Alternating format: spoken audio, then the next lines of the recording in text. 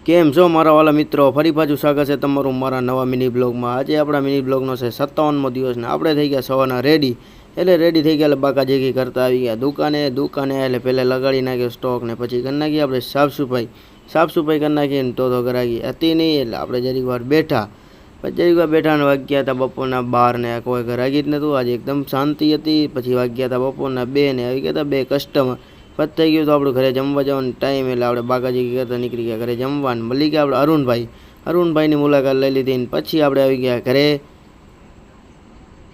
આવી ગયા ને ઘરે જ જમી લીધું ને પછી આપણે જવાનું છે દુકાને. એટલે આપણે હાલીને નીકળી ગયા દુકાને જવા માટે.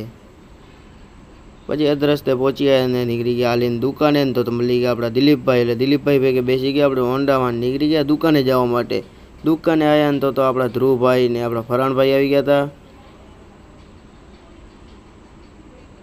પછી તો આવી ગયા હતા સાંજના 7:30 ને આપણા લાવાવાળા જયભાઈ આવી ગયા હતા. પછી જયભાઈની મુલાકાત લઈ લીધી ને પછી થઈ ગયું તો આપણું દુકાન વધવાનો ટાઈમ કેમ કે વાગ્યા હતા 9:30 એટલે વધવાની હતી દુકાન. એટલે આપણે સ્ટોક ભરી